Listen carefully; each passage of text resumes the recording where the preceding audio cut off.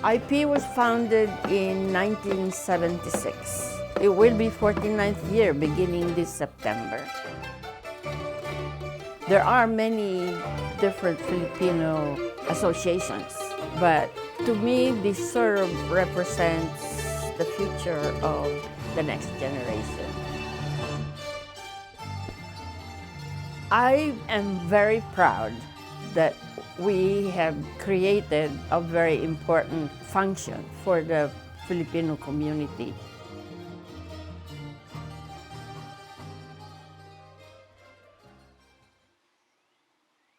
There was a group of mothers who were thinking of creating a Filipino school, and I was contacted to help out in terms of looking for a place for the school. The first group of students were about 55 students. It is the oldest continuously running Filipino school in the country. Massachusetts specifically do not have the number of Filipinos. It is important for us to gather and for our children to get to know children that they could say they can identify with.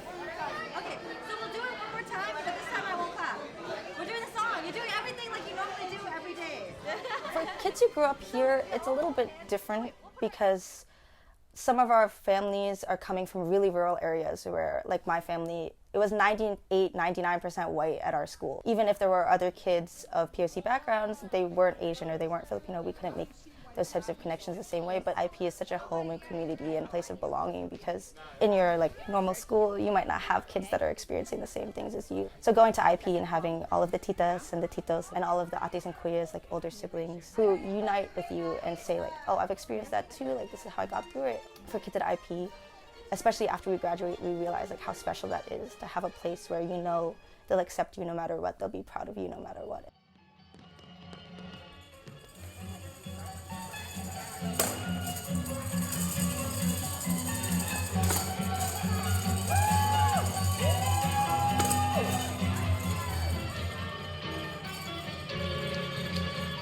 So the Maria Clara Suite is a bunch of dances with strong European influences, especially the Spanish. So as in history, we've known that we've been colonized by Spain for about 300 years.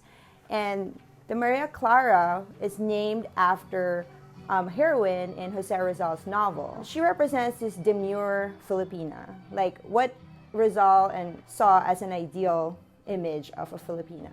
And we call it Dalagang Filipina. Dalaga means maiden in Tagalog. And I remember growing up, this was not my favorite image of a Filipina. Demure, quiet, because I wasn't that. But I'm Filipina. Valuing femininity is, I think, important. And learning these dances when I was young and now helped me get in touch with that and appreciate that. The current perspective now is that we can be anything. Women can be anything. And it's okay to be demure and quiet because that's strong.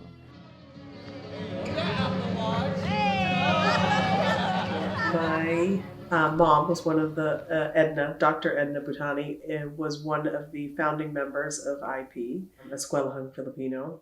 She and her friends decided that they wanted to instill in their children and teach their children the culture, the music, the dance, everything, language of the Philippines, because they didn't want that to be lost. And I was one of the youngest kids there.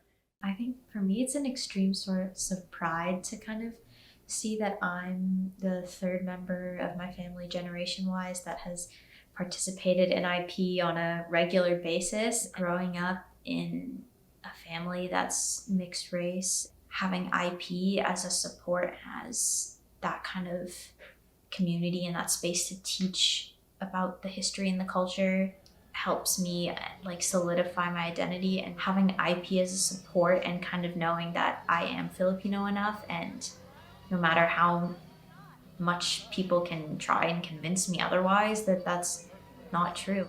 I definitely felt nostalgic, especially when Dina gave her speech. It was a really nice speech. My mom passed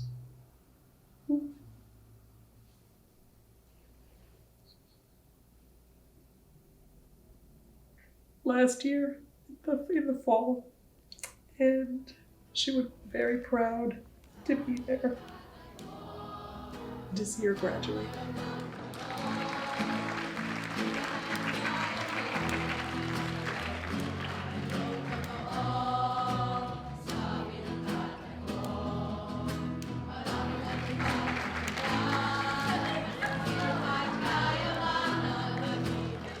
I could say I'm proud to be a Filipino.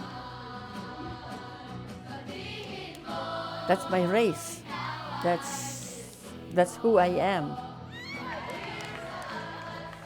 I can't deny it. I have brown skin. I'm very proud of who I am as a Filipino. It's who I am.